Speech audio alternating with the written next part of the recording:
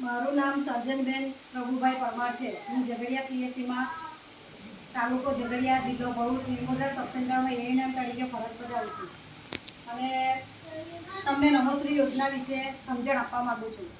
કરાર ગામ મમતા દિવસમાં આજે આપણે બધા ભેગા થયા છીએ. ભારત સરકારની આ યોજના છે, જે યોજનામાં શું તમને લાભ મળે તેના વિશે હું તમને સમજાવવા માગું છું. કુટુંબની વાર્ષિક આવક 8 લાખથી ઓછી હોવી જોઈએ.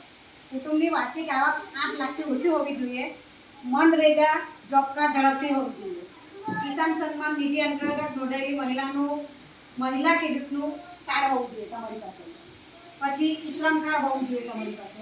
PMJY કાર્ડ હોવું જોઈએ. આ લાભ સગર્ભા, ધાત્રી માતા, આંગણવાડી વર્કર, આંગણવાડી હેલ્પર, આશાબેન એ લોકોને પણ આ યોજનાનો લાભ મળવા પાત્ર છે. નમોશ્રી યોજનાનો BPL રેશન કાર્ડ ધરાવતા હોવા જોઈએ. નમોશ્રી યોજનાના લાભાર્થી. તમને શરીરમાં 40% ખોખા પણ હોય, દિવ્યાંગ હોસ્પિટલનું સર્ટિફિકેટ તમારી પાસે હોય તો આ યોજનાનો લાભ તમને મળી શકે છે. SC/STમાં આવતા હોય એ તબક્કામાં જાતિના દાખલાથી પણ આ લાભ મળી શકે છે. તમારો પોતાનો આધાર કાર્ડ તમારા પતિના નામનો હોવો જોઈએ. બેંકમાં ખાતું પણ તમારા પતિના નામનું હોવું જોઈએ અને આધાર કાર્ડ સાથે એ લિંક થયેલું હોવું જોઈએ તો આ યોજનાનો લાભ તમને મળવા પાત્ર.